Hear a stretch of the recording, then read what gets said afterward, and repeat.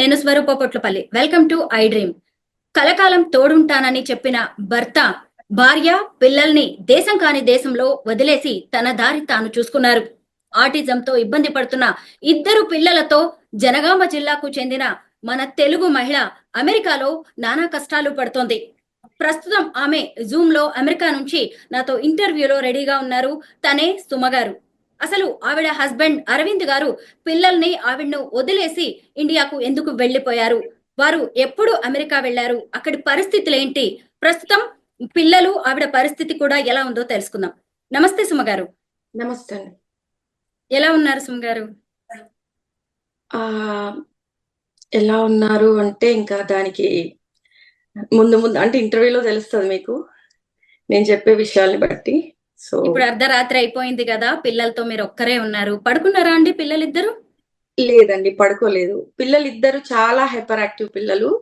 అసలు మా బాబు అయితే ఒక రోజులో 3 అవర్స్ మాక్సిమం 4 అవర్సే పడుకుంటాడు. వాడు అంతకంటే ఎక్కువ పడుకోడు. వాడు పడుకోవడం కూడా 1:30 2 అట్లా పడుకుంటుంటాడు. ఒక్కొక్కసారి మధ్యలోనే 3కి లేసేసి ఏడుస్తా ఉంటాడు అట్లా. సో సుమ గారు, మీ చాలా మ్యారేజ్ హైపర్ యాక్టివ్. ఎప్పుడైంది? ఇది పెద్దవాళ్ళు కుదిర్చిన సంబంధమే కదా, మీ బ్యాక్గ్రౌండ్ ఏంటి? ఆ నేను నేను ఒక విలేజ్ లో పుట్టి పెరిగాను. మాది ఆక్నూర్ విలేజ్. ఇప్పుడు వచ్చి అది సిద్దిపేట డిస్ట్రిక్ట్ కిందికి వస్తుంది. సో నేను నా బాల్యం అంతా కూడా ఆక్నూర్లోనే నేను చదవడము. 10th క్లాస్ వరకు కూడా నేను ఆక్నూర్లోనే గవర్నమెంట్ స్కూల్లో చదివాను. నేను చిన్నప్పటి నుంచి కూడా క్లాస్ ఫస్ట్. నేను క్లాస్ లో నేను నంబర్ 1 స్టూడెంట్ అనమాట, క్లాస్ ఫస్ట్. ఇంటర్ లో కూడా నేను కాలేజ్ ఫస్ట్. బీటెక్ లో కూడా నేను చాలా యాక్టివ్ గా ఉండేదాన్ని. నేను స్పీచెస్ ఇవ్వడం కానీ, ఎప్పుడు కూడా నాకు స్పీచ్లలో ఫస్ట్ ప్రైజ్ రావడము. నేను ఒక రైటర్ ని కూడా, కవితలు రాస్తుంటాను, స్టోరీస్ రాయడము, అట్లా కొంచెము నాకు అన్ని అంటే చాలా ప్రైజెస్ వచ్చేవి చిన్నప్పుడు. క్లాస్ లో కానీ కాలేజ్లలో కానీ ఆ ఎక్కువ ఎక్కువ ప్రైజెస్ నాకే వచ్చేవి అట్లా. సో నేను ఎందుకంటే బీటెక్ లో ఉన్నప్పుడు కూడా నేను యాంకర్ గా చేసేదాన్ని. సో కాలేజీలలో కూడా నాకు యాంకరింగ్ చేయడం అన్నా, టీచింగ్ చేయడం అన్నా, ఇట్లా స్పీచెస్ ఇవ్వడం అన్నా కూడా చాలా ఇంట్రెస్ట్. ఇది ఎలా వచ్చిందంటే మా ఫాదర్ నుంచి వచ్చింది. మా ఫాదరు ఒక గవర్నమెంట్ టీచర్ గా వర్క్ చేశారు. ఆ, ఆయన ఆయన 1981లో ప్రెసిడెంట్ అవార్డు కూడా తీసుకున్నారు. ఆ సో అట్లా ఆయన కూడా ఇలా టీచింగ్ లో చాలా మంచి బెస్ట్ టీచర్ గా అవార్డు రావడము, ఆయన స్పీచ్లు ఇవ్వడము, ఆ టైప్ ఆఫ్ ఎన్వైరన్మెంట్ లో నేను పెరిగాను కాబట్టి నాకు కూడా ఆటోమేటిక్ గా మా ఫాదర్ దగ్గర నుంచి ఇవన్నీ కూడా వచ్చాయి. సో అట్లా నేను ఎక్కువగా మా ఫాదర్ తో నాకు ఎక్కువ అటాచ్మెంట్ అన్నమాట. సో నేను ఒక మంచి ఎలా అంటే ఒక ట్రెడిషనల్ ఫ్యామిలీలో పెరిగాను. ఆ ఏ- నా- నా- అయితే నేను నేను ఎలా అరవింద్ గారి మ్యాచ్ మీకు ఎలా వచ్చింది? ఇది అరేంజ్డ్ మ్యారేజా?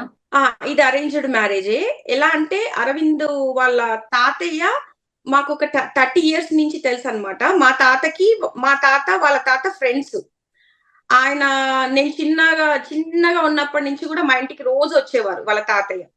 సో అట్లా రావడంతో ఏంటంటే, సో ఒక రోజు ఆయనే చెప్పారనమాట, మాకు ఇలా మా అబ్బాయి వాళ్ళ కొడుకున్నాడు, సో అందుకని పెళ్లి చేస్తే బాగుంటుంది మీ అమ్మాయి, నాకు చిన్నప్పటి నుంచి నేను చూస్తున్నాను కదా, సో అట్లా చాలా బాగుంటుందని ఆయన ప్రపోజ్ చేస్తే, సో ఆయన సో చాలా మంచి అంటే ఆయన మాకు తెలుసు కాబట్టి మంచి ఫ్యామిలీ అనుకొని మేము అలా అనుకున్నాము.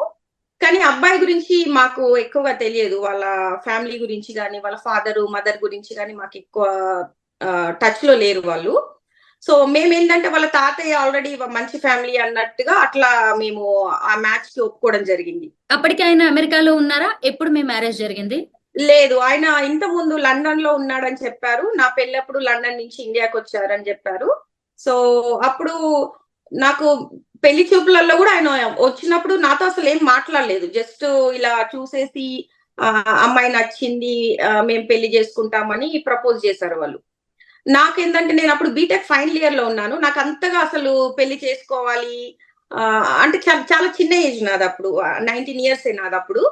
చేసుకోవాలన్న ఉద్దేశం కూడా నాకు లేదు. ఎందుకంటే నేను మా ఫాదర్ ఏది చెప్తే అదే అన్నమాట. ఇప్పుడు ఇది మా ఫాదర్ అంటే తను నాకు ఏది మంచిదో అది చెప్తారన్నట్టుగా నేను మా ఫాదరు చెప్పిన దానికి నేను ఎప్పుడు కూడా అడ్డు చెప్పను. ఎందుకంటే ఆయనకు నాకు ఏది మంచిదనేది ఆయనకు బాగా తెలుసు. అందుకని నేను చాలా మా ఫాదర్‌కి గాని, మా మదర్‌కి గాని రెస్పెక్ట్ ఇస్తాననమాట. సో, అలా నేను ఆ మ్యాచ్‌కి ఒప్పుకోవడము అలా సో, వాళ్ళు ఎందుకంటే నేను చిన్నప్పటి నుంచి కూడా చాలా టాలెంటెడ్ అని, సో వాళ్ళ తాతయ్య చెప్పడము, వాళ్ళు చూడడంతో సో అట్లా నన్ను పెళ్లి చేసుకోవడం జరిగింది. అయితే ఆ తర్వాత మీరు అమెరికా వెళ్ళిపోయారు ఆయనతో పాటు. లేదు లేదు. లండన్. నాకు పెళ్లి అయిన తర్వాత సో ఆయన యుఎస్ కి వీసా వచ్చింది. అప్పుడు ఏం చెప్పాడంటే నేను 3 మంత్స్ లో నేను యుఎస్ కి తీసుకెళ్తాను అని చెప్పేసి వెళ్ళాడు. యుఎస్ కి వెళ్ళారు. నా మ్యారేజ్ 2006 లో అయిందనమాట. ఆయన 2007 మార్చ్ లో యుఎస్ కి వెళ్ళారు. అప్పుడు నేనేంటంటే ఇంకా 3 మంత్స్ లో ఇంకా కొత్తగా పెళ్ళయింది కదా, ఇంకా 3 మంత్స్ లో ఇంకా తీసుకెళ్తా అని చెప్పారు కదా అని మీకు తెలుసు కదా, ఆ ఇంటెన్షన్ లో నేను ఉన్నానన్నమాట. సో 3 మంత్స్ అయిపోయింది, 6 మంత్స్ అయిపోయింది, 1 ఇయర్ అయిపోయింది. అసలు ఆయన దగ్గర నుంచి కమ్యూనికేషన్ మొత్తం తగ్గిచ్చేశారు. వీళ్ళ పేరెంట్స్ కూడా అసలు నాతో మాట్లాడడము, వాళ్ళ ఇంటికి రానియకపోవడము, కంప్లీట్ గా కమ్యూనికేషన్ కట్ చేపిచ్చారు వాళ్ళు. సో అట్లా ఏమైందంటే నేను ఇన్ ద మీన్ టైమ్ లో నేను కాలేజ్ లో నేను ఒక అసిస్టెంట్ ప్రొఫెసర్ గా జాయిన్ అవ్వడము, నేను టీచింగ్ ఫీల్డ్ లోకి వెళ్ళడము, ఇంకా నా వర్క్ లో నేను బిజీగా అవ్వడము. అలా సో నాకెందుకంటే ముందు నుంచి కూడా నాకు టీచింగ్ ప్రొఫెషన్ ఇష్టం కాబట్టి నేను ఇంకా సో టీచింగ్ ఫీల్డ్ లోకి వెళ్ళిపోయాను అప్పుడు. సో అప్పటికి ఏంటంటే నాకు ఆయన కమ్యూనికేషన్ ఇవ్వట్లేదు. పెళ్లి చేసుకొని వెళ్ళిపోయాడు, కమ్యూనికేషన్ సరిగ్గా ఇవ్వట్లేదు. సో అప్పుడంతా మా ఫ్యామిలీ మెంబర్స్ అంతా కాంప్రమైజ్ చేపిచ్చి, ఏంటి ఇంక ఇన్ని రోజులు అవుతుంది, అమ్మాయిని తీసుకెళ్లరా అంటే లేదు, ఇంకా ఎక్స్ట్రా మాకు చాలా తక్కువ డౌరీ వచ్చింది, ఇంకో అమ్మాయిని చేసుకుంటే మాకు ఎక్కువ డబ్బులు వచ్చేవి అని చెప్పేసి అప్పుడు చాలా వాళ్ళు ఆర్గ్యుమెంట్ చేయడంతో మా ఫాదరు కొంత అమౌంట్ కూడా ఇచ్చారు. సో అట్లా అమౌంట్ ఇవ్వడంతో నన్ను మళ్ళీ యుఎస్ కి తీసుకెళ్లారు. అసలు ఎంత కట్నం తీసుకున్నారండి అప్పట్లోనే? అప్పట్లోనే గోల్డ్ తో కలుపుకొని మొత్తం worth of gold and money అంతా కలుపుకొని ఒక 25 lakhs. అయినా సరే అది సరిపోలేదని అదనపు కట్నం ఆ! కోసం మిమ్మల్ని అదనపు తీసుకువెళ్ళలేదు. కట్నం అన్ని కోసము మళ్ళీ ఎక్కువ ఇచ్చిన తర్వాత మిమ్మల్ని తీసుకెళ్లారు. అయితే అక్కడికి తీసుకెళ్ళారు. వెళ్ళాక కూడా మీరు జాబ్ చేశారు. అక్కడికెళ్ళాక ఏంటంటే అప్పటికి నేను డిపెండెంట్ వీసా కిందనే వెళ్ళాను. 2008 నవంబర్‌లో నేను వెళ్ళాను యూఎస్‌కి. అక్కడికి వెళ్ళాక గూడా నాకు వర్క్ పర్మిట్ లేదు. నేను డిపెండెంట్ వీసా కిందనే వెళ్ళాను. సో, వాళ్ళ ఫ్యామిలీ ఏందంటే నన్ను ఇండియాలో ఉన్నప్పుడు గూడా మా హస్బెండ్‌తో నేనున్న 3 మంత్స్, 4 మంత్స్ గూడా చాలా అబ్యూజ్ చేసేవాళ్ళు. మా అత్తయ్య గాని, మా మామయ్య గాని, మా ఆడపడుచు గాని నన్ను చాలా ఎట్లా అంటే వాళ్ళ ఇంట్లో ఒక పన పన పనామెలాగా చూడడము, పని మనిషిని గూడా వాళ్ళ ఇంట్లో పని మనుషులను ఆఫ్ చేపిచ్చేసి నాతో అన్ని క్లీనింగ్ చేపిచ్చడము, అట్లా చేసేవాళ్ళు. ఎందుకంటే ఎలా అనేవాళ్ళంటే మేము చాలా హై లెవెల్‌లో నుంచొచ్చాం. మా మా అత్తయ్య అనేదంటే మామయ్య చాలా హై లెవెల్ జాబ్ చేశారు. మీ ఫాదర్ ఓన్లీ ఒక గవర్నమెంట్ టీచర్ మాత్రమే. సో నువ్వు తీసుకురావడం గూడా కట్నం చాలా తక్కువ తీసుకొచ్చావు. ఇంకొక అమ్మాయిని తీసుకొస్తే మాకు చాలా ఎక్కువ కట్నం వచ్చేది. సో అందుకని అట్లా నన్ను చాలా తక్కువగా చేసి చూడడము, డిస్క్రిమినేట్ జేయడము, అన్ని పనులు చేపిచ్చడము అట్లా చేసేవాళ్ళు. వాళ్ళ కమ్యూనికేషన్ ఎలా ఉండేదంటే నాకు పెళ్లైన కొత్తలో గూడా మా హస్బెండ్ నాతో పడుకునేవాడు గాదు. ఎలా అంటే వాళ్ళ పేరెంట్స్ తోనే పడుకునేవాడు. నేనొక రూమ్ లో ఉంటే ఎప్పుడో ఒకసారి అట్లా నా దగ్గరికి కొద్దిసేపు వచ్చేసి మళ్ళీ వెళ్లి వాళ్ళ పేరెంట్స్ తోనే పడుకోవడము. వాళ్ళెలా ఉంటదంటే వాళ్ళందరూ ఒక బెడ్‌రూమ్ లో ఉండేసి ముచ్చట్లు పెట్టుకుంటుంటారు. మొత్తం ఒక 2:00, 3:00 వరకు గూడా వాళ్ళ కొడుకుతో కలిసి ముచ్చట్లు పెట్టుకోవడము. ఇదేంది ఇలా మీరు కొత్తగా పెళ్లయ్యాను గదా, మీరలా పడుకోవడము, నేను ఒక్కదాన్ని ఇలా రూమ్‌లో పడుకోవడం అంటే నన్ను ఇష్టం వచ్చినట్టు తిట్టడము. అంటే మా కొడుకు మొదటి నుంచి మేమిలాగే ఉంటాము, నీకిష్టం ఉంటే ఉండు, పోతే పో అని చెప్పి అలా నన్ను తిట్టడము, అట్లా చేసేవాళ్ళు. నేనొక్కదాన్ని అసలు నాకు ఫోన్ యాక్సెస్ గూడా ఇచ్చేవాళ్ళు గాదు అప్పట్లో. కనీసం ఎవరితోనన్నా మాట్లాడదామన్నా గూడా ఫోన్ యాక్సెస్ గూడా ఇచ్చేవాళ్ళు గాదు. మా అమ్మ వాళ్ళతో కమ్యూనికేషన్ చేపిచ్చేవాళ్ళు గాదు. మా హస్బెండ్‌ని గూడా మా అమ్మ వాళ్ళతో మాట్లాడనిచ్చేవాళ్ళు గాదు. కనీసము ఏదన్నా ఫెస్టివల్స్ వచ్చినప్పుడు గూడా నన్ను మా హస్బెండ్‌ని మా అమ్మ వాళ్ళ దగ్గరికి పంపమన్నా గూడా అట్లా పంపేవాళ్ళు గాదు. నేనొక్కదాన్నే వెళ్ళడము, నేనొక్కదాన్నే రావడము అట్లా ఉండేది. సో అయినా కూడా ఏంటంటే నాకు అసలు అవన్నీ ఏం తెలియకపోయేది. నాకేంటంటే నేను ఎలా ఉండేదాన్ని అంటే ఆ, నై నాకు 19 years ఉన్నప్పుడే, ఫైనల్ ఇయర్ లో ఉన్నప్పుడే పెళ్లి అవ్వడం వల్ల నాకు అంత నాలెడ్జ్ లేదు. బయట అంటే బయట సిటీ అమ్మాయి లాగా అంత నాలెడ్జ్ లేదు. ఎందుకంటే నేను విలేజ్ లో పెరిగాను. నా లైఫ్ అంతా కూడా ఆల్మోస్ట్ చాలా వరకు నా లైఫ్ అంతా విలేజ్ లోనే పెరిగాను అనమాట. సో ఆ సిచ్యువేషన్స్ అయితే అమెరికా వెళ్ళాకైనా ఆయన మీతో బాగున్నారా? పిల్లలు ఎప్పుడు పుట్టారు? వాళ్ళ పరిస్థితి బాలేదు అనే విషయం మీకు ఎప్పుడు తెలిసింది? సో యుఎస్కి వెళ్ళినాక కూడా అదే సిచ్యువేషన్. వెళ్ళాక కూడా నా కమ్యూనికేషన్ మొత్తం కట్ చేపించేవాడు. నాకు అసలు ఫోన్ యాక్సెస్ కూడా, నేను అట్లీస్ట్ మా అమ్మ వాళ్ళతో మాట్లాడుతూ అన్నా కూడా నాకు ఒక ఫోన్ యాక్సెస్ కూడా ఇచ్చేవాడు కాదు. తనేమో వాళ్ళ పేరెంట్స్ తో చాలా హవర్స్ ఆఫ్ కమ్యూనికేషన్ చేసేవాడు. 3 hours 4 hours వాళ్ళ సిస్టర్ తో, వాళ్ళ పేరెంట్స్ తో. వాళ్ళ ఇన్ఫ్లుయెన్స్ బాగుండేది తన పైన. తను వాళ్ళ మదర్ గాని వాళ్ళ సిస్టర్ గాని ఇది నువ్వు చేయాలి, ఇలా ఉండాలి అంటే తను ఇంకా అది ఫాలో అవుతాడనమాట. సో వాళ్ళు చెప్పిన దానికి తను ఎప్పుడు కూడా అడ్డు చెప్పడు. వాళ్ళు ఎలా చెప్తే అలా ఈయన ఫాలో అవుతుంటాడు. అలా ఆ సిచ్యువేషన్స్ తోని నేనేందంటే చాలా భయంగా ఉండేదాన్ని అక్కడ యుఎస్ లో ఉన్నప్పుడు కూడా. తను ఆఫీస్కి వెళ్ళేటప్పుడు కూడా లాక్ చేసుకొని వెళ్ళేవాడు. నేను ఇంట్లోనే ఉండేదాన్ని. నాకు ఎవరితోనన్నా ఫ్రెండ్స్ తో మాట్లాడదామన్నా, మా అమ్మ వాళ్ళతో మాట్లాడదామన్నా కూడా నాకు ఫోన్ యాక్సెస్ కూడా ఉండేది కాదు. సో అట్లా అంటే అంత అప్పట్లో 2008-9 అంటే అంత ఇప్పుడు ఉన్నంత టెక్నాలజీ, ఇంటర్నెట్ కానీ అదంతా లేవు కదా అప్పట్లో. సో అలా నేను ఇంట్లోనే భయపడుకుంటూ ఒక డిప్రెషన్ లోకి వెళ్ళేదాన్ని బాగా. సో ఏంటి నేను ఇలా వచ్చి ఇక్కడ ఉన్నాను, ఏంటి నా సిచ్యువేషన్ ఏంటి అని చెప్పేసి. సో అలా ఆ టైంలోనే నాకు ప్రెగ్నెన్సీ వచ్చింది. మా పాప, సో అప్పుడు ఫస్ట్ పాప అన్నమాట. సో తాను ఎలా ఉంటాడంటే చాలా అబ్యూజివ్ గా ఉంటాడు. ఆయన లాంగ్వేజ్ కూడా చాలా ఎలా అంటే బూతులు మాట్లాడుతుంటాడు. అవి అసలు మనుషులు విని తట్టుకునే అంత కూడా ఉండవు. అంత ఘోరంగా బూతులు మాట్లాడుతుంటాడు. నేను ప్రెగ్నెంట్ గా ఉన్నప్పుడు కూడా నన్ను చాలా అబ్యూజ్ చేసేవాళ్ళు. అంటే నేను డిపెండెంట్ వీసా కింద ఉన్నా కాబట్టి నేను జాబ్ చేయలేని సిచ్యువేషన్. ఎలా కామెంట్ చేసేవాళ్ళంటే, లేదు నువ్వు ఇలా ప్రెగ్నెంట్ గా ఉన్నా కూడా వేరే అమ్మాయిని చేసుకుంటే మాకు జాబ్ చేసేది, చాలా డబ్బులు తీసుకొచ్చేది. నువ్వు ఇప్పటి వరకు ఇంకా ఇక్కడ యుఎస్ లో వచ్చి ఇంకా జాబ్ చేయట్లేదు అంటే, నేను ప్రెగ్నెంట్ గా ఉన్నాను కదా, సో ఇప్పుడు నేను జాబ్ చేసే సిచ్యువేషన్ కాదు కదా అన్నా కూడా వాళ్ళు అర్థం చేసుకోకుండా నన్ను చాలా అబ్యూజ్ చేసేవాళ్ళు. సో ఆ సిచ్యువేషన్స్ తోని నేను పాప అప్పుడు డెలివరీ 2009 అప్పట్లో.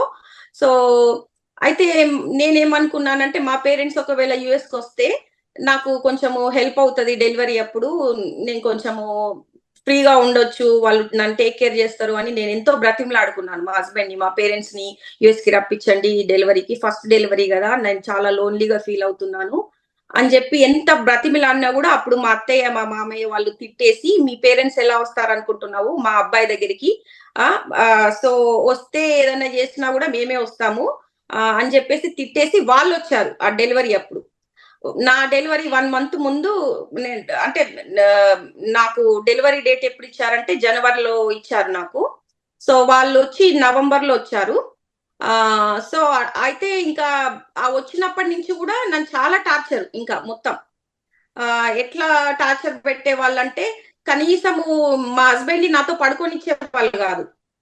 వాళ్ళ వాళ్ళ అబ్బాయిని తీసుకెళ్లి వాళ్ళ బెడ్రూమ్ లోనే పడుకోబెట్టడము, వాళ్ళతో ముచ్చట్లు పెట్టాలి. ఇంకా ఒక 2 o'clock 3 o'clock వరకు కంటిన్యూస్ గా ముచ్చట్లు పెట్టి ఇంకా తను అక్కడే పడుకుంటాడు.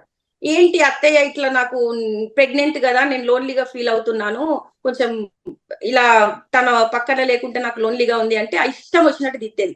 నా కొడుకుని నాతో పడుకోకుండా మాట్లాడే హక్కు నీకు ఎక్కడుంది, నువ్వు వచ్చింది ఇవాళ వచ్చావు, నేను నా కొడుకుని నేను చిన్నప్పటి నుంచి నేను టేక్ కేర్ చేస్తున్నాను, నీకు అసలు మాట్లాడే హక్కు కూడా లేదు అని చెప్పి ఇలా తిట్టడము.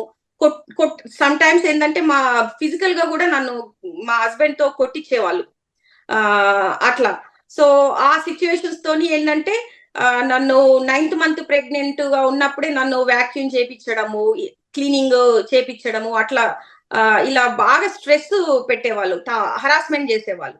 ఆ సిచ్యువేషన్స్ తోని నాకు జనవరిలో డెలివరీ డేట్ ఇస్తే November 30th అప్పుడే నేను హాస్పిటలైజ్డ్ అయిపోయినా నేను ఇంకా.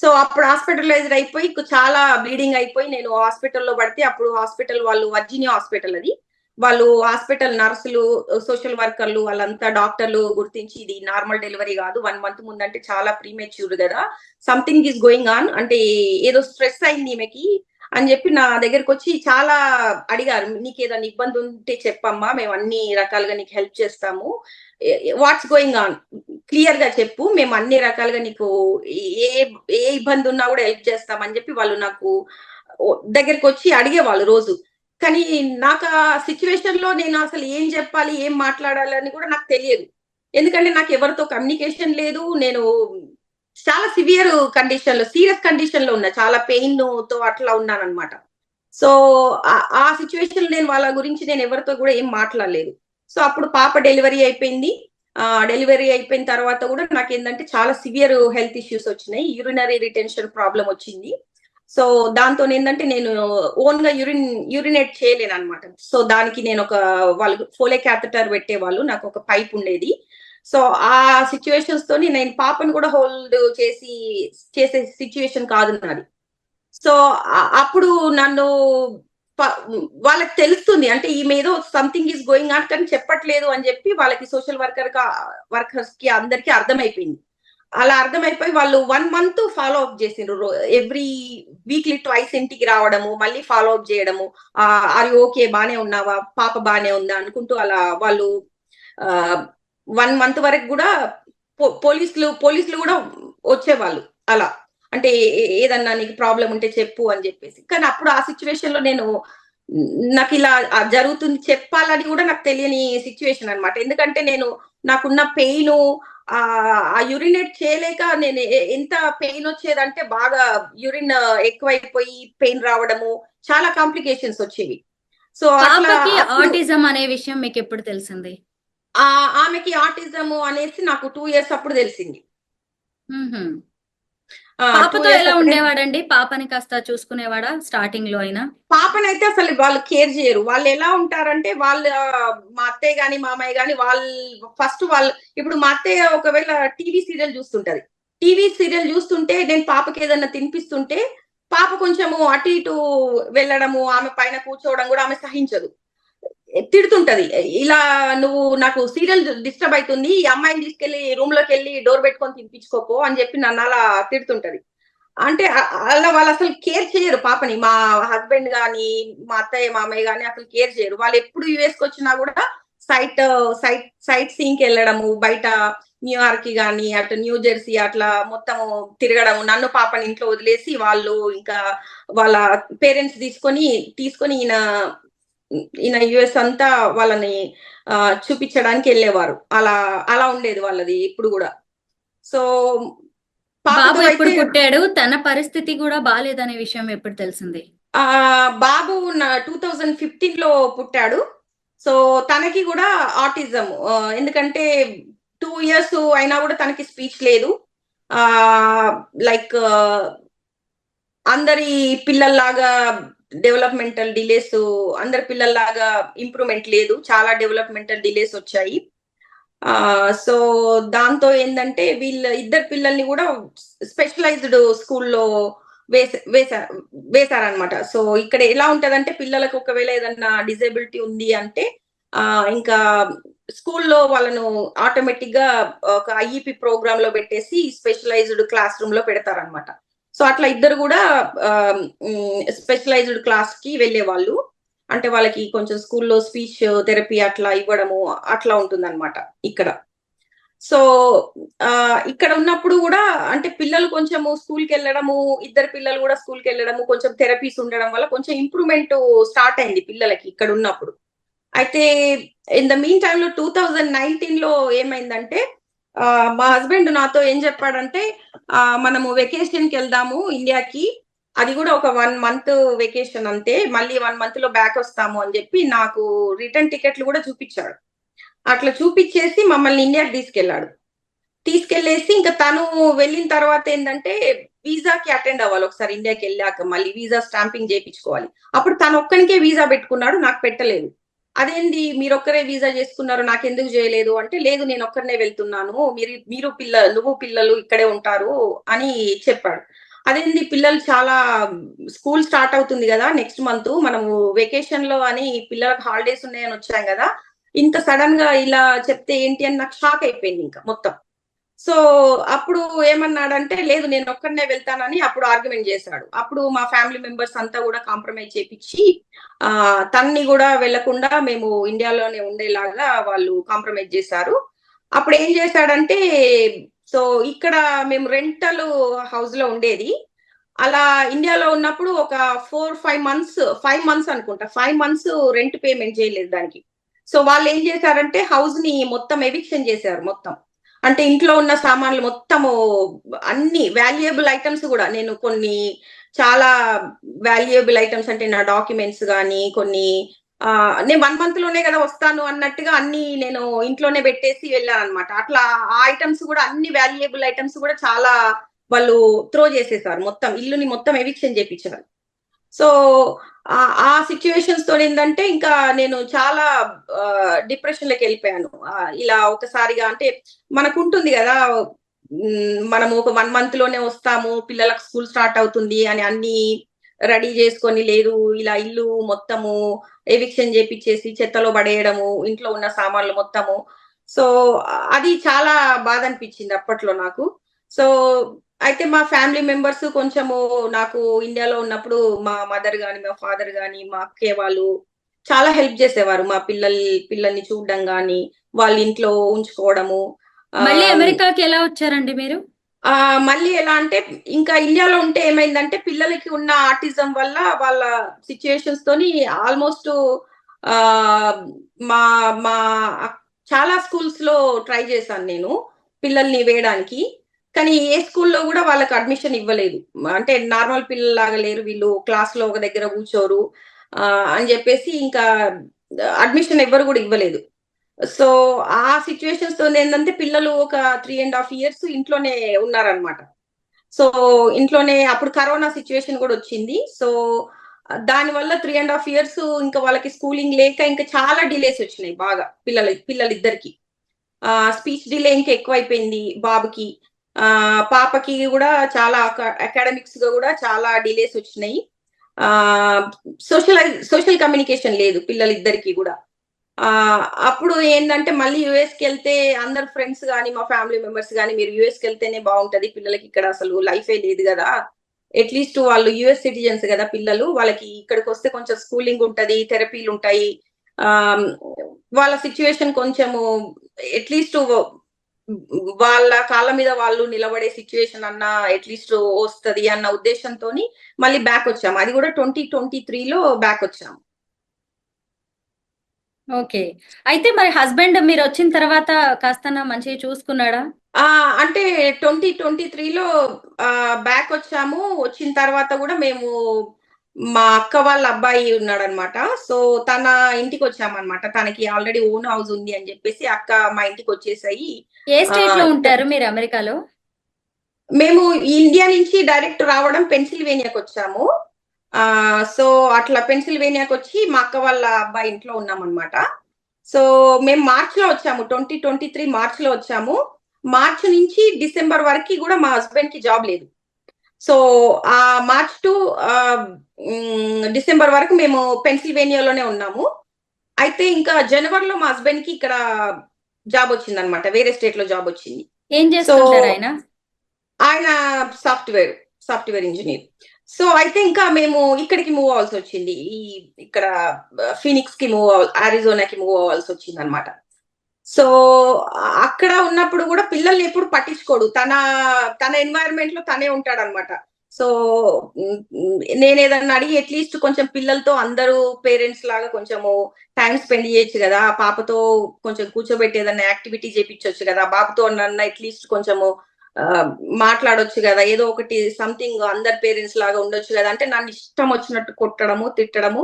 నా ప్రైవసీకి నువ్వు అడ్డొస్తున్నావు, నువ్వేదన్నా జేసుకోవాలనుకుంటే నీ పిల్లల్ని నువ్వు టేక్ కేర్ జేసుకో.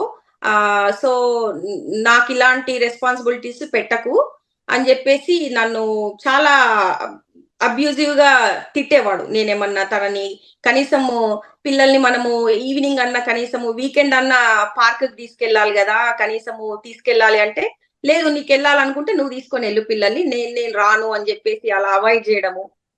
అట్లా చేసేవాడు అనమాట. సో కంప్లీట్ గా అయితే పిల్లలకి ఎప్పుడు కూడా తను టైం స్పెండ్ చేసేవాడు కాదు.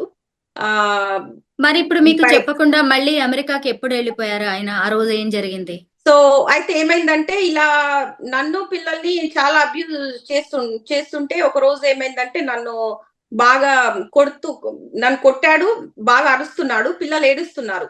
ఆ సిచ్యువేషన్స్ తోని పక్క వాళ్ళు పోలీస్ కంప్లైంట్ ఇచ్చారు. అంటే ఇంట్లో ఏదో సంథింగ్ డొమెస్టిక్ వైలెన్స్ అవుతుంది అని చెప్పి వాళ్ళు కంప్లైంట్ ఇస్తే పోలీసులు వచ్చారనమాట ఇంటికి. అప్పుడు ఇంటికి పోలీసులు వచ్చాక నాకు నాకు కన్ఫ్యూజ్ అయిపోయింది. ఎవరు పోలీసులు అసలు ఎవరు పిలిచారు, ఎందుకు వచ్చారు అని చెప్పి కన్ఫ్యూజ్ అయిపోయింది. లేదేదో డొమెస్టిక్ వైలెన్స్ అవుతున్నట్టు మాకు కంప్లైంట్ వచ్చింది. అంటే మీరు సేఫ్ గానే ఉన్నారా అని చెప్పి అడిగారనమాట. అప్పుడు నాకు అసలు ఏం చెప్పాలో అర్థం కాలేదు. అంటే చెప్పాలా వద్దా? ఒకవేళ చెప్తే అంటే మేము మా సిచ్యువేషన్ ఏంటి? అట్లీస్ట్ పిల్లలు అంటే ఆర్టిస్టిక్ పిల్లలు కదా! ఆ సిచ్యువేషన్స్ నాకు జాబ్ అట్లీస్ట్ నాకు వర్క్ పర్మిట్ కూడా లేదు కదా! సో అంటే ఏదన్నా కొంచెం తేడా వచ్చినా కూడా ఏంటంటే వీసా క్యాన్సిల్ అయిపోతుంది అనమాట ఇక్కడ బేసిక్ గా. ఫస్ట్ వాళ్ళు చేసేది ఏంటంటే వీసా క్యాన్సిల్ చేసి డిపోర్ట్ చేస్తారు. సో ఒకవేళ మళ్ళీ అదే సిచ్యువేషన్ వచ్చిందంటే మళ్ళీ పిల్లల సిచ్యువేషన్ ఏంది అని చెప్పి అప్పుడు పోలీసులు వచ్చినప్పుడు నేనేం మాట్లాడలేదు. లేదు అసలు మేము సేఫ్ గానే ఉన్నాం అన్నట్టుగా నేను కమ్యూనికేట్ అయ్యాను. సో ఆ సిచ్యువేషన్స్ తోని వాళ్ళు వెళ్ళిపోయారు, ఇంకా పోలీసులు వెళ్ళిపోయారు. వెళ్ళిపోయిన తర్వాత ఒక్కసారి ఏంటంటే ఇక్కడ 911 కంప్లైంట్ వచ్చినాక స్కూల్ కి కూడా వెళ్ళిపోతుంది ఆ ఇన్ఫర్మేషన్. అంటే ఇంట్లో ఏదో డొమెస్టిక్ వైలెన్స్ కంప్లైంట్ వచ్చింది దాని త్రూ అని చెప్పి. సో ఆ స్కూల్ కి ఆ ఇన్ఫర్మేషన్ వెళ్ళిపోవడంతో వీళ్ళు డిపార్ట్మెంట్ ఆఫ్ చైల్డ్ సేఫ్టీ వాళ్ళు పిల్లల్ని ఎవ్రీ వీక్ స్కూల్ కి వెళ్ళడము, చెక్ చేయడం అట్లా స్టార్ట్ చేసింది అనమాట. సో అట్లా స్కూల్ కి వెళ్ళి చెక్ చేయడము స్టార్ట్ చేస్తే మా బాబు మీద కొన్ని బ్రూసెస్, స్కార్స్ కనిపించినాయి వాళ్ళకి. అప్పుడు ఒక రోజు ఏప్రిల్ మిడ్ లో నా దగ్గరికి వచ్చారు, ఇంటికి వచ్చేసి మేము పిల్లల్ని స్కూల్ కి వెళ్ళి చెక్ చేసాము, మీ బాబు మీద స్కార్స్, బ్రూసెస్ ఉన్నాయి, మీ హస్బెండ్ ఆల్రెడీ డొమెస్టిక్ వైలెన్స్ చేస్తున్నట్టుగా మాకు కంప్లైంట్ కూడా ఉంది. సో అందుకని పిల్లలు ఇంట్లో సేఫ్ గా లేరు అనిపిస్తుంది మాకు, మేము రిమూవ్ చేసుకుంటాం పిల్లల్ని అని చెప్పి వాళ్ళు వచ్చి కూర్చున్నారు ఇంట్లో. అప్పుడు నాకు చాలా షాక్ అనిపించింది. అదేంది పిల్లల్ని రిమూవ్ చేసుకోవడం ఏంది? అది నేను మదర్‌ని గదా! నా వాళ్ళసలు ఆర్టిస్టిక్ చిల్డ్రన్, నేను లేకుండా అసలు వాళ్ళు ఉండలేరు. అని చెప్పి నేను వాళ్ళతో కమ్యూనికేట్ అయ్యి, నాతో పిల్లలు ఉండాలంటే ఏం చేయాలి? ఎ ఎ అని చెప్పి నేను వాళ్ళని రిక్వెస్ట్ చేసుకున్నాను. అప్పుడు వాళ్ళేమన్నారంటే, మీ హస్బెండ్ మీరన్నా ఇంట్లో నుంచి ఎళ్ళిపోవాలి, లేదంటే మీ హస్బెండ్ అన్న ఇంట్లో నుంచి ఎళ్ళిపోవాలి అని చెప్పారు అలా.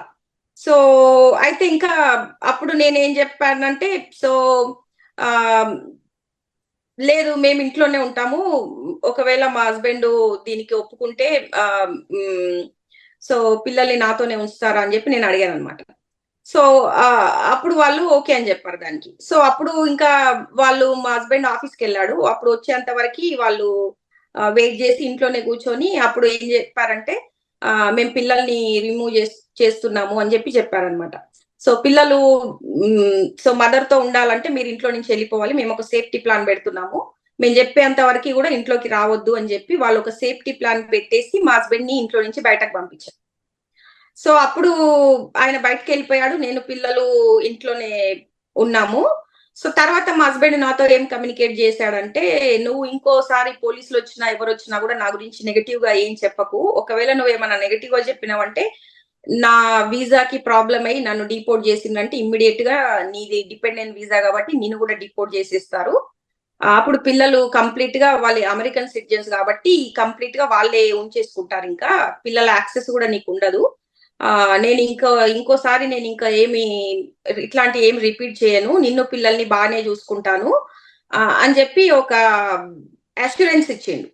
సో, దాంతో నేనేంటంటే సరే ఓకే అన్నట్టుగా నేను నా దగ్గరికి ఎవ్రీ డే పోలీస్ ఆఫీసర్‌లు, ఆల్‌మోస్ట్ ఆల్టర్‌నేట్ డే పోలీస్ ఆఫీసర్‌లు రోజు రావడము, వాళ్ళు డీసీఎస్ వాళ్ళు రావడము, నన్నడిగేవాళ్ళు. "Are you safe in the home? నీకేమన్నా ప్రాబ్లమ్ ఉందా? చెప్పు. మేము నీకు అన్ని రకాలుగా హెల్ప్ జేస్తాము. మీ హస్బెండ్‌తో ఏదన్నా ప్రాబ్లమ్ ఉంటే చెప్పు. నేను సేఫ్ ప్లేస్‌లోకి తీసుకెళ్ళి పెడతాము. నీకు పిల్లలకి ఎలాంటి ప్రాబ్లమ్ లేకుండా మేము చూసుకుంటాము" అని చెప్పి అట్లా వాళ్ళు అడిగేవాళ్ళు ఎవ్రీ డే. లేదు లేదు నేను అట్లాంటిది ఏం లేదు. మేము ఆల్మోస్ట్ మా పెళ్ళయి 18 ఇయర్స్ అయిపోతుంది. మేము సేఫ్ గానే ఉన్నాం తనతో అని చెప్పి నేను ఏం కమ్యూనికేట్ చేయలేదు. ఇలా అబ్యూస్ జరిగింది పిల్లల మీద, నా మీద జరుగుతుందని చెప్పి కూడా నేను వాళ్ళతో ఏం కమ్యూనికేట్ చేయలేదు. సో అయితే వాళ్ళకి తెలుస్తుంది అంటే అబ్యూస్ అయితుంది కానీ మదర్ దేనికో ఉమ్, ఒప్పుకోవట్లేదు అని చెప్పి వాళ్ళు ఆల్రెడీ వాళ్ళు ఎందుకంటే ఉమ్, వాళ్ళు వాళ్ళు ఆల్రెడీ తెలుసుకున్నారు అది. సో దాంతో ఏమైందంటే ఇంకా నెక్స్ట్ ఇలా కమ్యూనికేట్ చేసుకుంటూ నేను ఏం చెప్పానంటే మా హస్బెండ్ ని కూడా ఇంటికి పంపించండి, మేము ఒక ఫ్యామిలీ లాగా ఉండాలనుకుంటున్నాము అని చెప్పి నేను వాళ్ళని రిక్వెస్ట్ చేసుకున్నాను. సో అలా రిక్వెస్ట్ చేసుకోవడంతో మళ్ళీ వాళ్ళు ఒక 15 డేస్ తర్వాత మీరు ఫ్యామిలీ లాగా ఉండాలనుకుంటున్నారు కాబట్టి మాకు ఫ్యామిలీలని విడగొట్టే ఉద్దేశం అయితే మాకు లేదు, మేము ఎప్పుడు ఫ్యామిలీలను కలపడానికి ట్రై చేస్తాము. సో అందుకని సో ఒక సిఎఫ్టి మీటింగ్ అంటే నాకు మా హస్బెండ్ కి వేరే వేరే సిఎఫ్టి మీటింగ్స్ కండక్ట్ చేసి మా హస్బెండ్ ని ఇంటికి అలో చేశారు ఒక 15 డేస్ తర్వాత. సో అలా ఆయన ఇంటికి వచ్చాడనమాట. సో అలా ఇంటికి వచ్చిన తర్వాత మళ్ళీ ఒక 3 డేస్ 4 డేస్ బాగానే ఉన్నాడు. మళ్ళీ 4 డేస్ తర్వాత మళ్ళీ సేమ్ బిహేవియర్, చాలా అబ్యూజివ్ గా, మొత్తం నన్ను అబ్యూజివ్ గా ఎట్లా అంటే ఇష్టం వచ్చినట్టు చాలా బండబూతులు మాట్లాడతాడు అనమాట. పిల్లల ముందే కొడతాడు, పిల్లల్ని కొడతాడు. సో వాళ్ళ పిల్లలు ఏంటంటే ఆర్టిస్టిక్ చిల్డ్రన్ కాబట్టి వాళ్ళకి తెలుసో తెలియకో ఏదో చేసినా కూడా వాళ్ళని ఇష్టం వచ్చినట్టుగా కొడుతుంటాడు. సో అట్లా ఆ సిచ్యువేషన్స్ తో ఏంటంటే మళ్ళీ వాళ్ళు ఒకసారి డిసిఎస్ వాళ్ళు ఇన్వాల్వ్మెంట్ వచ్చింది అంటే ఇంకా వాళ్ళు వదిలిపెట్టరు. పిల్లల్ని కంటిన్యూస్ గా వాళ్ళు స్కూల్కి వెళ్తుంటారు, చెక్ చేస్తుంటారు. వాళ్ళ మెయిన్ ఇంటెన్షన్ ఏంటంటే పిల్లలు సేఫ్గా ఉన్నారా లేదా అది. సో అట్లా వాళ్ళు మళ్ళీ స్కూల్కి వెళ్ళారు, పిల్లల్ని చెక్ చేశారు. ఒక రోజు ఏంటంటే అది స్కూల్ ఎండింగ్ డే, అది May 23rd రోజు. నేను స్కూల్ బస్ వస్తుంది కదా, ఇంకా పిల్లలు వస్తలేరు అని చెప్పి నేను అన్ని ఫుడ్ అంతా కుక్ చేసుకొని పెట్టుకొని ఎదురు చూస్తున్నాను పిల్లల కోసం. పిల్లలు ఇంకా రావట్లేదు. 4 అయింది, 4:30 అయింది, పిల్లలు రావట్లేదు. అదే నాకు నాకు చాలా షాక్ అనిపించింది. అంటే ఏంటి ఇంకా రావట్లేదు, పిల్లలు ఇంకా రావట్లేదు అని బాగా సో చాలా అప్సెట్ అయ్యానమాట. అప్పుడు నాకు ఒక ఫోన్ కాల్ వచ్చింది డిసిఎస్ నుంచి. అదేంటంటే మేము పిల్లల్ని రిమూవ్ చేసుకున్నాము, ఇంకా పిల్లలు మీ దగ్గర ఉండరు అని చెప్పి చెప్పాడు.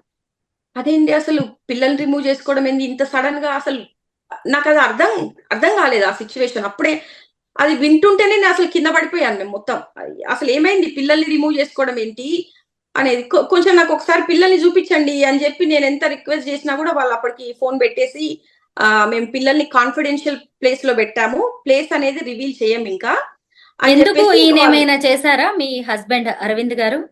అదే కదా, పిల్లల మీద మళ్ళీ బ్రూసెస్ కార్స్ చూసుకుంటే వాళ్ళు ఏమనుకున్నారంటే లేదు సంథింగ్ ఈస్ గోయింగ్ ఆన్, అంటే పిల్లలు ఇంట్లో సేఫ్ గా లేరు, మదర్ చెప్పట్లేదు, ఫాదర్ అబ్యూజ్ చేస్తున్నాడు కానీ మదర్ చెప్పట్లేదు అని చెప్పేసి వాళ్ళకి అర్థమైపోయి ఇంకా పిల్లల్ని స్కూల్లో నుంచే రిమూవ్ చేసేసుకున్నారు అట్లా డైరెక్ట్. ఆ తర్వాత ఆయన ఇండియాకి వెళ్ళిపోయారు మీకు చెప్పకుండా? లేదు లేదు, ఆ తర్వాత కాదు. సో తర్వాత ఏమైందంటే ఇంకా పిల్లల్ని వాళ్ళు రిమూవ్ చేసుకున్నాక మధ్యలో ఒక 4 డేస్ లాంగ్ వీకెండ్ వచ్చింది.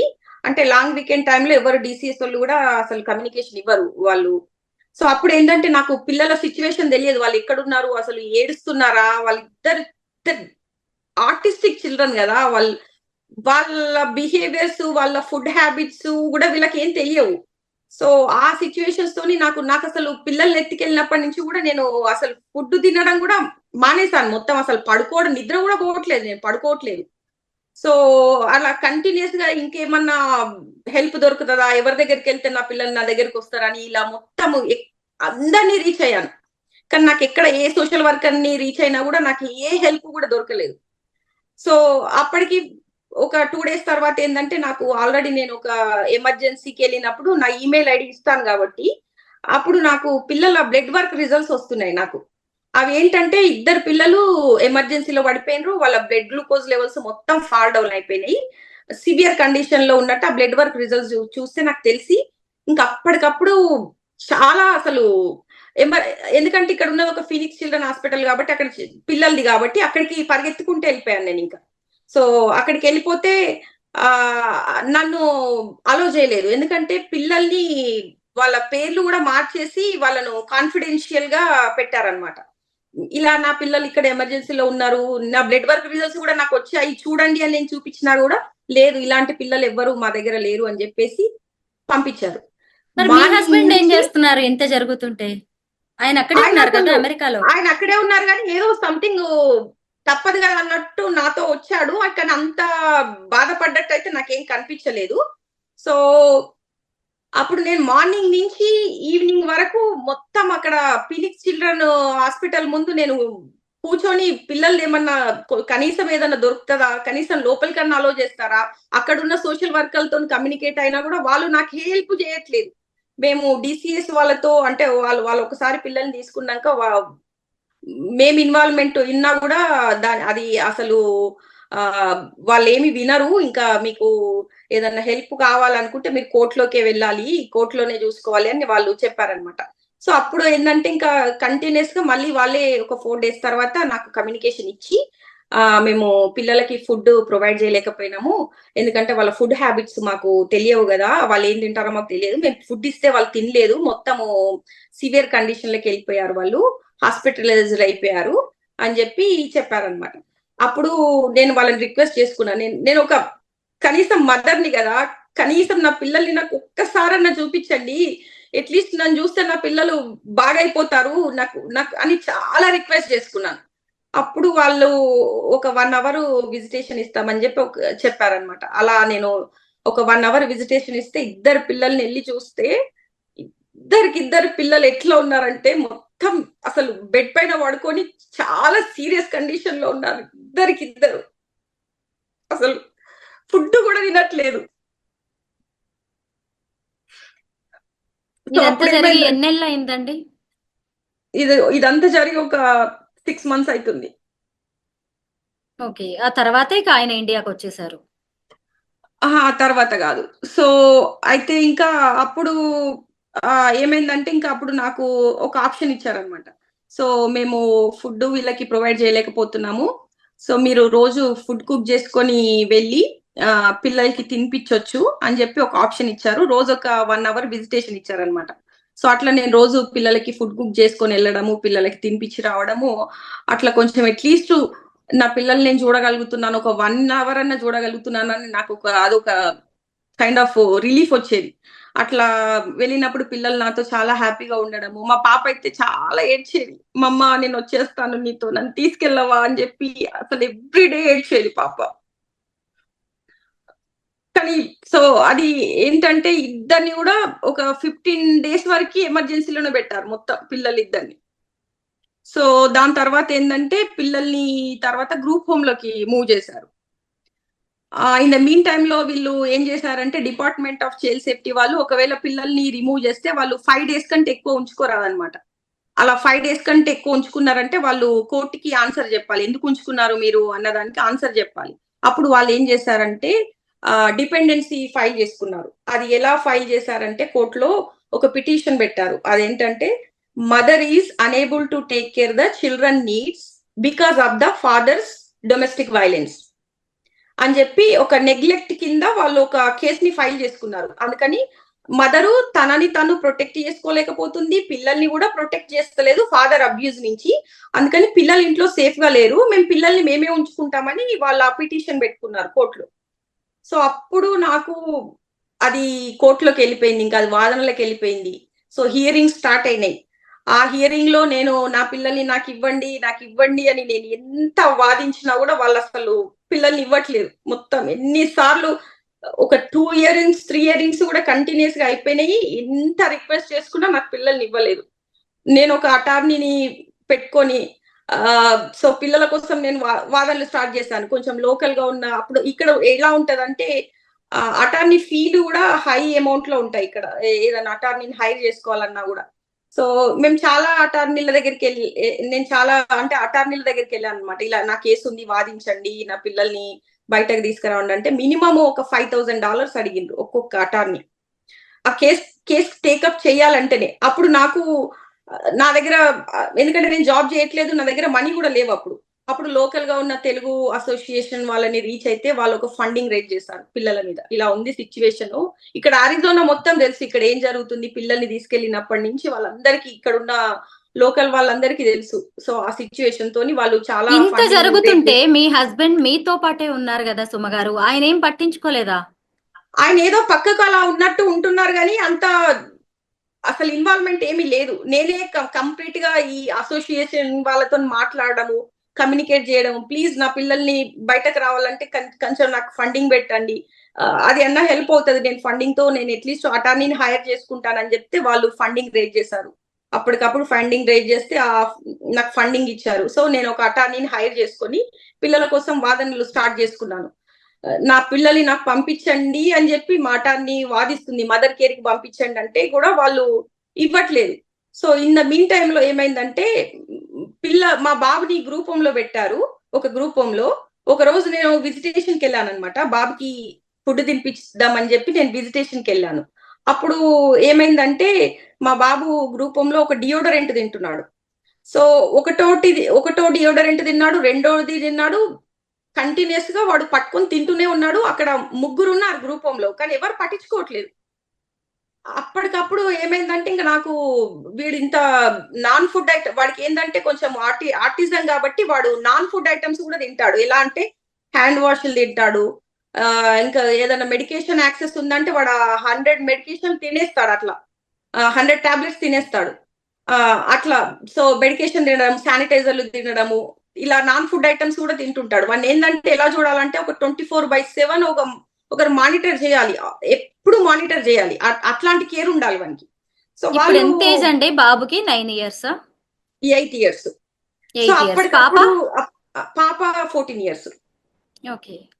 సుమ అప్పటికప్పుడు గారు నేను ఇప్పుడు మీతో బాబుని మీ హస్బెండ్ లేరు కదా, ఇప్పుడు పరిస్థితి ఏంటి? మీ ఖర్చులకి డబ్బులు ఎలాగా, మరి ఇప్పుడు పిల్లల్ని ఎలాగా మీరు సంరక్షిస్తున్నారు? వాళ్ళ బాధ్యతలు ఎలా చూసుకోగలుగుతున్నారు? సో అయితే ఇప్పుడు ఈ సిచ్యువేషన్స్ తో ఏమైందంటే నేను ఈ ఈ ఇక్కడున్న బాబుని అప్పటికప్పుడు నేను ఎమర్జెన్సీకి తీసుకెళ్లి బాబుని అంటే ఒక రోజంతా ఎమర్జెన్సీలో పెట్టి ఇంకా తనని సేఫ్ అయ్యాక మళ్ళీ గ్రూప్ హోమ్ కి పంపించారనమాట. సో ఈ ఇన్సిడెంట్ ని నేను మాటానికి చెప్పుకుంటే తను కోర్టులో వాదించింది. ఇలా గ్రూప్ హోమ్ లో కూడా అంటే బాబు సేఫ్ గా లేడు, మదర్ కేర్ కి పంపించండి అని తను వాదిస్తే అప్పుడు జడ్జి కన్విన్స్ అయ్యి పిల్లల్ని నా కేర్ కి పంపించారు. అది కూడా ఎలా ఇచ్చారంటే మా హస్బెండ్ మాతో ఉండకుండా బయట ఉంటాడు అన్న ఆప్షన్ తోని నాకు పిల్లల్ని ఇచ్చారనమాట, నా కేర్ కి ఇచ్చారు. సో అట్లా సో పిల్లల్ని ఒక 1.5 మంత్ తర్వాత రిటర్న్ అయ్యాక మా హస్బెండ్ ఏంటంటే సో బయట ఉంటున్నాడు. సో అప్పుడు ఏం చెప్పాడంటే మళ్ళీ నేను కమ్యూనికేషన్ ఇచ్చి, లేదు మేము ఫ్యామిలీ లాగానే ఉండాలనుకుంటున్నాము, మా హస్బెండ్ ని మాతో కలపండి, మేము అంటే ఒక ఫ్యామిలీ లాగా పిల్లలకి, ఎందుకంటే అట్లీస్ట్ వాళ్ళ ఆర్టిస్టిక్ చిల్డ్రన్ కాబట్టి వాళ్ళు ఒక చిన్న చేంజ్ వచ్చినా కూడా తట్టుకోలేరు అనమాట. సో ఆ సిచ్యువేషన్స్ తోని నేను మా హస్బెండ్ ని మళ్ళీ ఇండియా మా దగ్గరికి పంపించండి అని మళ్ళీ నేను కోర్టులో రిక్వెస్ట్ చేసుకుంటే కోర్టులో జడ్జ్ ఏమన్నాడంటే మీ హస్బెండ్ కి కొన్ని డొమెస్టిక్ వైలెన్స్ సర్వీసులు ఇస్తాము, కౌన్సిలింగ్ ఇస్తాము, కొన్ని థెరపీలు ఇస్తాము, ఆయన అవన్నీ కూడా కంప్లీట్ చేసి మా కోర్టులో సర్టిఫికేషన్స్ ఇవ్వాలి, సో అప్పుడు ఇంటికి అలో చేస్తామని చెప్పారు. సో అది ఆగస్ట్ లో వాళ్ళు చెప్పారు. ఆగస్ట్ మిడ్ లో అవన్నీ స్కెడ్యూల్ అయినాయి. అయితే ఒక రోజు ఏం చేశాడంటే ఆగస్ట్ 12th రోజు ఎవరికి చెప్పకుండా సో ఫ్లైట్ టికెట్లు బుక్ చేసుకొని ఇండియాకి వెళ్ళిపోయాడు. అది నేను కాల్ చేస్తున్నాను, నాకు అసలు ఏమి ఆన్సర్ కూడా ఇవ్వట్లేదు, ఎక్కడుంది ఏంటి కూడా కమ్యూనికేషన్ ఇవ్వట్లేదు. సో అప్పుడు నాకు మా ఫ్రెండ్ చెప్పారనమాట, సో I-94 చెక్ చేస్తే తెలుస్తుంది తను ఎక్కడ ఉన్నాడు అని చెప్పేసి. అప్పుడు నేను I-94 చెక్ చేస్తే ఇండియాలో ఉన్నట్టు కనిపించింది. అప్పుడు మా ఫ్యామిలీ మెంబర్స్ కి నేను ఇన్ఫార్మ్ చేశాను, ఇలా వదిలేసి వచ్చాడు, మొత్తం అబాండెండ్ గా వదిలేసి వచ్చాడు అని. అప్పుడు మా ఫ్యామిలీ మెంబర్స్ తను ఇండియాకి వచ్చాక రీచ్ అయ్యారనమాట. వాళ్ళ ఇంటికి వెళ్ళారు, వాళ్ళ మదర్ ఫాదర్ తో ఉన్నాడు తను వెళ్ళి. సో అప్పుడు అడిగారు, ఏంటి ఇలా పిల్లల్ని మీ వైఫ్ ని వదిలేసి వచ్చావు, కనీసం ఆమెకి వర్క్ పర్మిట్ కూడా లేదు కదా, ఇద్దరు పిల్లలు ఆర్టిస్టిక్ పిల్లలు కదా, తను ఎలా సర్వైవ్ అవుతుంది అక్కడ, మరి ఇలా ఎందుకు వచ్చావు పారిపోయి అని చెప్పి అంటే, లేదు నేను వెళ్ళిపోతాను, ఒక 2 weeks లో వెళ్ళిపోతాను అని చెప్పాడు వాళ్ళకి. సో అందుకని మళ్ళీ తను ఇండియాకి వచ్చినప్పుడు మళ్ళీ ఒక స్టాంపింగ్ చేసుకోవాలి కాబట్టి అప్పుడు వీసా అరేంజ్మెంట్స్ కూడా మా ఫ్యామిలీ మెంబర్స్ చేశారు. తనని వీసాకి అటెండ్ చేయడానికి కూడా అన్ని ఫీ పేమెంట్ చేయడం కూడా మా ఫాదర్ వాళ్ళు చేపించి అన్ని అరేంజ్మెంట్ చేసి వెళ్ళమని చెప్తే వీసాకి వెళ్ళినట్టే వెళ్ళి, లేదు నాకు వీసా లేదు, సమ్ రిజెక్ట్ అయింది, లేదు రాలేదని ఏదో అబద్ధం చెప్పాడు. తర్వాత అప్పటి నుంచి కూడా మళ్ళీ మా ఫ్యామిలీ మెంబర్స్ ఎన్నిసార్లు అడిగినా కూడా ఎప్పుడు వెళ్తావు అన్న దానికి ఏమి ఆన్సర్ కూడా ఇవ్వట్లేదు. సో కోర్టులో ఏం చెప్పాడంటే, కోర్టు అక్కడి నుంచి తను కోర్టు హియరింగ్ అటెండ్ అయ్యాడు. సో అది కూడా తను ఇండియాకి వెళ్ళాక ఫస్ట్ కోర్టు హియరింగ్ లో ఏం చెప్పాడంటే, నువ్వు ఎందుకు వెళ్ళావు అని జడ్జి అడిగాడు అనమాట. అడిగితే, లేదు మా ఫాదర్ చాలా సివియర్ కండిషన్ లో ఉన్నాడు, ఎమర్జెన్సీలో ఉన్నాడు, అందుకని వెళ్ళాల్సి వచ్చింది అని చెప్పాడు. అప్పుడు జడ్జి ఏమన్నాడంటే, సరే మీ ఫాదర్ సివియర్ కండిషన్ లో ఉన్నాడు అంటున్నావు కదా, నువ్వు అలా వెళ్ళడానికి ప్రూఫ్స్ ఉన్నాయా? నీకు అంటే మీ ఫాదర్ నిజంగా ఎమర్జెన్సీలో ఉన్నట్టు ప్రూఫ్స్ అన్ని నాకు కోర్టులో సబ్మిట్ చేయాలి. మీకు ఫాదర్ గురించి ఏ టైప్ ఆఫ్ కమ్యూనికేషన్ వచ్చింది, అది ఆ కమ్యూనికేషన్ ప్రూఫ్ కూడా మాకు కోర్టులో సబ్మిట్ చేయాలి అని చెప్పాడు. నువ్వు ఎప్పుడు వస్తావు అంటే 2 weeks లో వస్తానని చెప్పాడు. సో అది ఆగస్టు ఎండ్ లో చెప్పాడు. తను ఆగస్ట్ 12th వెళ్ళాక తర్వాత నుంచి మళ్ళీ కమ్యూనికేషన్ లేదు. మళ్ళీ నెక్స్ట్ ఇంకొక కోర్టు హియరింగ్ ఎప్పుడైందంటే అక్టోబర్ లో ఒక కోర్టు హియరింగ్ అయింది. సో దాంట్లో కూడా మళ్ళీ అటెండ్ అయ్యి ఏంటి మళ్ళీ రావట్లేదు అని అడిగితే, లేదు మా ఫాదర్ ఇంకా సీరియస్ కండిషన్ లోనే ఉన్నాడు, తను చాలా ఎమర్జెన్సీలో ఉన్నాడు, అందుకని రాలేకపోతున్నానని చెప్పాడు. సో అట్లా ఏంటంటే మా పేరెంట్స్ అడిగినా కూడా ఎలాంటి కమ్యూనికేషన్ ఇవ్వట్లేదు, దేనికి ఆన్సర్ చేయట్లేదు. కనీసము తను వదిలేసి వెళ్ళినప్పటి నుంచి ఫైనాన్షియల్ గా కూడా అసలు పిల్లల గురించి, పిల్లలు ఎలా ఉన్నారు, కనీసము వాళ్ళు ఎలా సర్వైవ్ అవుతారు అంటే, కనీసం ఇక్కడ ఉండాలంటే మీకు చెప్పాను కదా, మినిమం $4,000 అంటే ఆల్మోస్ట్ 3.5 lakhs ఉంటే ఇక్కడ సర్వైవ్ అవుతాం మంత్లీ. అది ఎలా అంటే ఇంటి రెంటు, ఇన్సూరెన్స్లు, ఇంకా గ్రోసరీస్. సో మినిమం, నేను చెప్పేది మినిమం. సో అంటే కనీసం నాకు జాబు లేదు, వర్క్ పర్మిట్ లేదు, సో నేను ఎవరిని టేక్ కేర్ చేయలేను కదా జాబ్ లేకుండా. సో నువ్వు బ్యాక్ ఇప్పుడు ఆయన మీకు అమెరికాకి వస్తే సరిపోతుంది కదా, మీ దగ్గరకు వచ్చి ఆయన ఏదైనా జాబ్ చేసి మిమ్మల్ని చూసుకుంటే పిల్లల్ని నన్ను ఫైనాన్షియల్ గా టేక్ కేర్. ఎందుకంటే ఇప్పుడు ఆయన ఇండియాకి వెళ్తే నా వీసా సిచ్యుయేషన్ చాలా క్రిటికల్ సిచ్యుయేషన్ లోకి వెళ్ళిపోయింది. నాది డిపెండెంట్ వీసా కాబట్టి ఆయన ఇంకా బ్యాక్ రాకపోతే కొద్ది రోజులకి నాది కూడా ఇన్వాలిడ్ అవుతుంది, ఇంకా నా వీసా కూడా. అప్పుడు నన్ను డిపోర్ట్ చేసే ఛాన్సెస్ ఉంటాయి. అప్పుడు వీళ్ళు డిపార్ట్మెంట్ ఆఫ్ చైల్డ్ సేఫ్టీ వాళ్ళు ఏమంటున్నారంటే, పిల్లల్ని ఇంకా మేమే ఉంచుకుంటాము అని చెప్పి వాళ్ళు వాదిస్తున్నారు కోర్టులో. ఇంకా కోర్టులో వాదనలు జరుగుతూనే ఉన్నాయి. ఎందుకంటే ఇప్పుడు హైదరాబాద్ లోని విమెన్ సేఫ్టీ సెల్ లో ఉన్న ఎన్ఆర్ఐ సెల్ ని మీరు అప్రోచ్ అవడం అనేది జరిగింది కదా, వాళ్ళ దగ్గర నుంచి ఏం హెల్ప్ వస్తుందండి మీకు? సో అయితే ఇనిషియల్ గా వచ్చాక ఏంటంటే, మా హస్బెండ్ కమ్యూనికేషన్ ఇస్తలేడని చెప్పి మా పేరెంట్స్ ఒక 5 పోలీస్ స్టేషన్ల చుట్టూ తిరిగారు. ఈయన ఏం చేస్తున్నాడంటే, పోలీస్ స్టేషన్లని మనీతో మేనేజ్ చేస్తున్నాడు. అంటే తను అడ్వకేట్ ని ముందే పంపిస్తాడు. వాళ్ళు ఇలా కేసు ఫైల్ చేద్దామని వెళ్ళేసరికి తన అడ్వకేట్ ని పంపిస్తాడు. అలా సో తను మనీతో మేనేజ్ చేసి కేసు ఫైల్ కాకుండా చూసుకున్నాడు చాలా రోజులు. అప్పుడు నేను ఎన్ఆర్ఐ విమెన్ సెల్ ని రీచ్ అయ్యాక నేను కొంచెం శిఖా మేడం గారితో కమ్యూనికేషన్ చేశాను అనమాట. సో ఆవిడ ఏం చేశారంటే, నాకు ఎస్పీ అశోక్ గారిని, ఇన్స్పెక్టర్ రాజేష్ గారిని కనెక్ట్ చేశారు. సో వాళ్ళిద్దరు కూడా నాకు ఎప్పటికీ ఫాలో అప్ చేయడము, సో వాళ్ళ హెల్ప్ తో ఒక ఎఫ్ఐఆర్ ఫైల్ చేయించారనమాట వాళ్ళు. ఆ ఫైల్ అయిన ఎఫ్ఐఆర్ కూడా జనగం కి ట్రాన్స్ఫర్ అయింది. సో అయితే ఇప్పుడు జనగంలో కూడా ఏంటంటే, సో పోలీసులు రమ్మని చెప్తే తను రావట్లేదు, అడ్వకేట్ ని పంపిస్తున్నాడు, ప్రాపర్ కమ్యూనికేషన్ ఇవ్వట్లేదు. ఇప్పుడు తను ఏంటంటే, అట్లీస్ట్ ఇక్కడికి బ్యాక్ వస్తే ఏమైతుందంటే, కనీసం ఫైనాన్షియల్ గా టేక్ కేర్ చేసి పిల్లల్ని ఫైనాన్షియల్ గా చూసుకునే సిచ్యువేషన్ వస్తుంది నాకు, ఎందుకంటే నాకు వర్క్ పర్మిట్ లేదు కదా. సో లేదు అంటే ఆయన అక్కడి నుంచి మీకు డబ్బు పంపించినా కనీసం పిల్లల్ని చూసుకోవడానికి మీకు యూజ్ ఉంటది. ఇంకొక సిచ్యువేషన్ ఏంటంటే, నా వీసా ఇప్పుడు నేను డిపెండెంట్ వీసా కాబట్టి నా వీసా అసలు ఎప్పుడు ఇన్వాలిడ్ అయ్యేది తెలియదు. సో తను ఏంటంటే ఆల్రెడీ గ్రీన్ కార్డ్ ప్రాసెస్ చేశాడు. I-140 అనేది మాకు 2012 లోనే అప్రూవ్ అయింది అనమాట. సో అంటే డేట్ అనేది కరెంట్ ఉంది, ఇప్పుడు గ్రీన్ కార్డ్ డేట్ కరెంట్ లో ఉంది. సో తను ఆల్రెడీ జనవరిలో అప్లై చేశాడు, అది గ్రీన్ కార్డ్ ప్రాసెస్ స్టార్ట్ అయింది. తను మళ్ళీ ఇండియాకి వెళ్ళాడని చెప్పి ఎంప్లాయర్ దాన్ని హోల్డ్ లో పెట్టాడు. సో తను ఒకవేళ బ్యాక్ వస్తే ఏంటంటే మళ్ళీ గ్రీన్ కార్డ్ ప్రాసెస్ స్టార్ట్ అవుతుంది. సో నా వీసాకి హెల్ప్ అవుతుంది, అట్లీస్ట్ నన్ను డిపోర్ట్ చేయకుండా ఇక్కడ నాకు హెల్ప్ అవుతుంది. సో దానికి సంబంధించిన డాక్యుమెంట్స్ నేను ఎంత అడిగినా కూడా నాకు ప్రొవైడ్ చేయట్లేదు. నాకు ఆ గ్రీన్ కార్డ్ సంబంధించిన డాక్యుమెంట్స్ ఏం అడిగినా కూడా, మా పేరెంట్స్ అడిగినా కూడా ప్రాపర్ కమ్యూనికేషన్ ఇవ్వట్లేదు.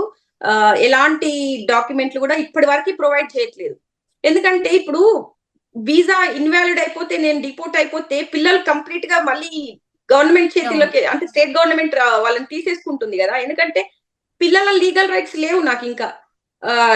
జస్ట్ నాకు ఏంటంటే ఫిజికల్ కస్టడీ మాత్రమే ఉంది. ఫిజికల్ గా అవును. పిల్లల్ని కేర్ చేసే ఫిజికల్ కస్టడీ మాత్రమే ఇచ్చారు వాళ్ళు. సో వాళ్ళ పర్మిషన్ లేకుండా నేను పిల్లల్ని కనీసం పక్క స్టేట్ లోకి కూడా తీసుకెళ్ళలేను. సో అట్లాంటి ఉమ్మగారు మాకు సిచ్యువేషన్ లో అర్థమవుతూనే ఉంది. మీరు నిజంగా చాలా కష్టాల్లో, చాలా ఇబ్బందుల్లో ఉన్నారు. కలకాలం కలిసి ఉంటానని బాసలు చేసిన మీ హస్బెండ్ మళ్ళీ వెనక్కి వస్తేనే మీరు ఈ కష్టాల నుంచి కాస్తైనా బయటపడగలరు అని అర్థమవుతుంది. అయితే మీ కేస్ పరిస్థితి ఎలా ఉంది అనేది నేను ఇక్కడ పోలీసులను కూడా తెలుసుకోవడానికి ప్రయత్నిస్తాను. నేను కనుక్కుంటాను. త్వరలోనే మీరందరూ కలవాలని కోరుకుంటున్నాను సుమ గారు. నేను మళ్ళీ ఇంకో ఇంటర్వ్యూ చేస్తాను మీతో. Thank you so much. Thank you అండి.